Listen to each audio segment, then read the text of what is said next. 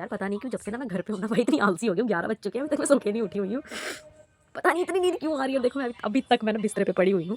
उठ तो मैं गई हूँ और यार मैंने इस ठंड की वजह से नहीं उठ रही। देखो देखो देखो देखो, ये जो धुंध है ना अभी तो फिर भी बहुत कम हो गई है यार। सुबह तो इससे भी ज़्यादा था। और ये मेरा टिल्लू और ये कल्लू, इन दोनों के पास भी काम, इसके पास तो मेरी वाली के पास तो कोई काम ही नहीं है। फिरती रहेगी बस, फिरती रहेगी सारा टाइम। कहाँ जा रही है?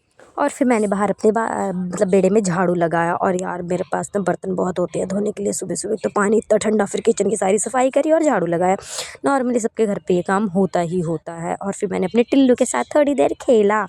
खेलने के बाद मैंने जल्दी जल्दी पोछा भी लगा लिया। पोछा लगाने के बाद मेरा सिर इतना गंदा हो रहा था ना, तो आज मैंने अपना सिर भी वॉश किया, थोड़ा ब्रेड रोस्ट किया और सब्जी तड़का लगाई। फिर मैं दुकान चली गई थी, दही लेके आना था मुझको। जब तक मैं दुकान पहुंची दही वगैरह ली, तब तक लगता मम्मी पापा भी आ गए थे घर पे। और फिर मैंने दही तड़का तैयार करा।